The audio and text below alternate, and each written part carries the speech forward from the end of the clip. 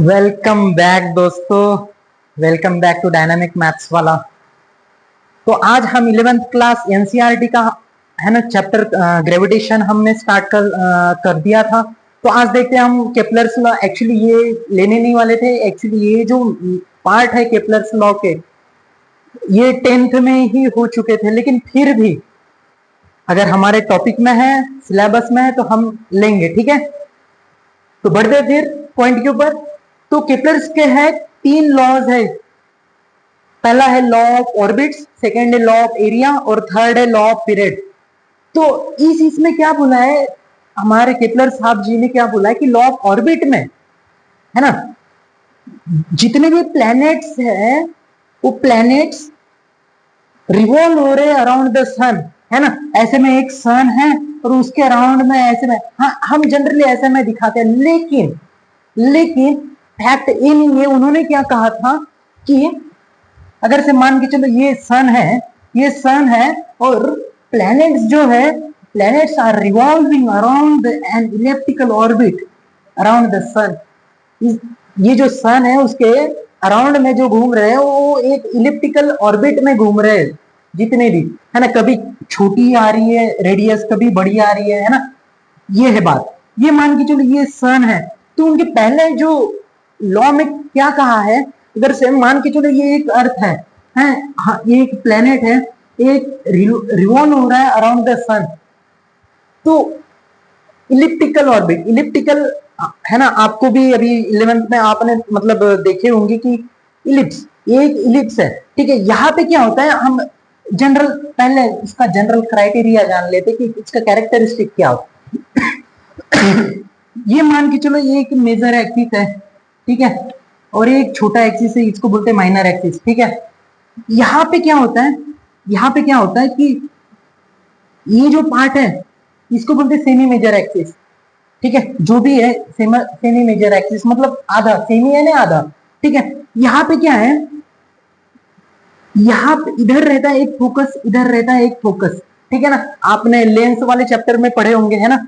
हाँ, तो ये है मान के चलो ये है फोकस F1, ये है F2। ठीक है, जितना हमारे यहाँ पे काम का है उतना ही देखेंगे। ठीक है, मान के चलो यहाँ पे अगर से सन है, यहाँ पे है ना, यहाँ से हमारा अर्थ रिवॉल्व अराउंड द सन हो रहा है। तो उनका कहने का मतलब क्या है, उनका कहने का मतलब क्या है कि कोई भी प्लैनेट, कोई भी अर्थ है या अर्थ को छोड़ के और भी मार्स वगैरह जितने भी है ना, तो planets are revolving around the sun in elliptical orbit, है ना।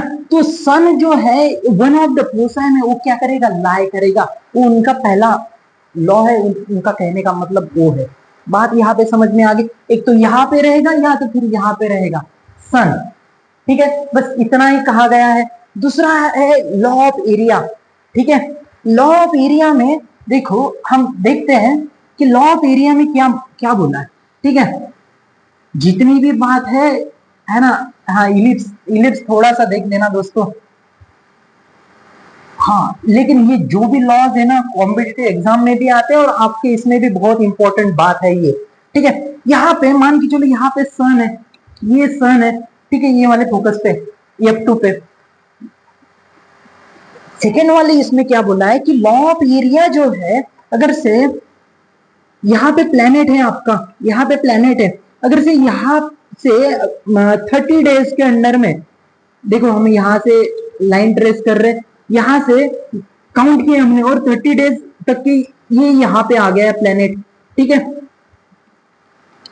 तो जितना एरिया ये स्वेप्ट करेगा, कौन, जो भी प्लेनेट है, जितना एरिया स्वेप्ट करेगा इक्वल इंटरवल ऑफ टाइम में, अगर से यहाँ पे 30 डेज लग रहे हैं, हाँ हमने यहाँ पे देखे। ठीक है, यहाँ पे अगर से मान के चलो अर्थ है, तो यहाँ से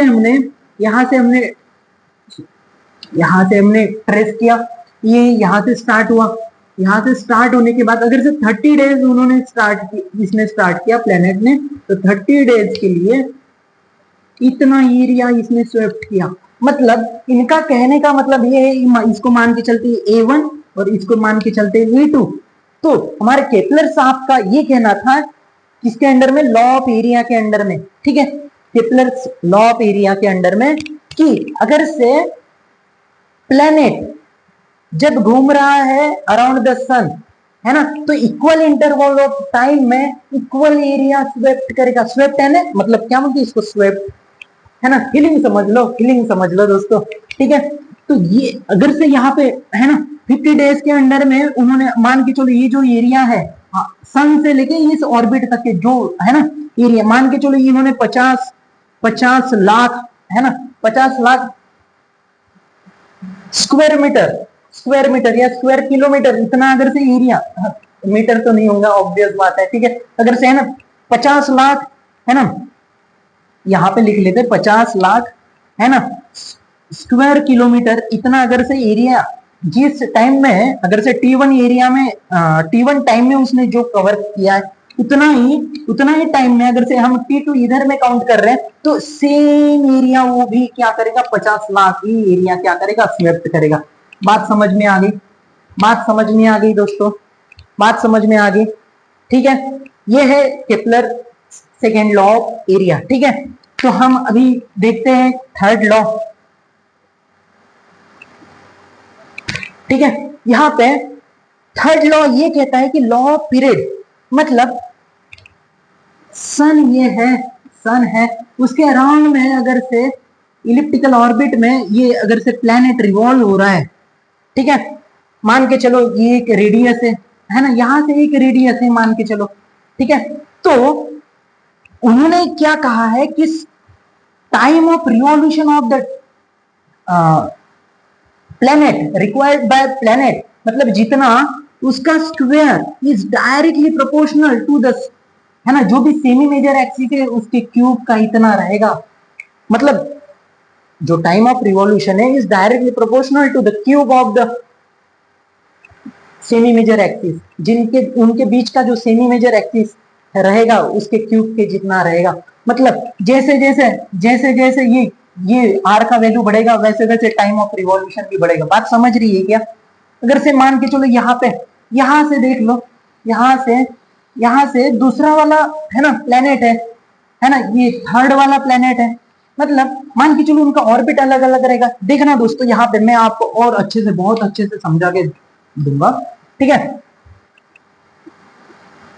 ठीक है। यहाँ पे ये तो अपना अर्थ था, उसके बाद में अगर से यहाँ पे दूसरा एक मान के चलो दूसरा प्लेनेट है, ठीक है, ये इसका और रेडियस बढ़ गया, इसका रेडियस बढ़ गया, तो जैसे ही इसका रेडियस बढ़ गया है ना, तो वो जो इस प्रोपोर्शन में टाइम पीरियड बढ़ जाएगा। बात यहां तक समझ में आ गई? तो ये है हमारे तीनों लॉज केपलर्स के, ठीक है। तो मिलते हैं अगले वीडियो में, तब तक के लिए गुड बाय।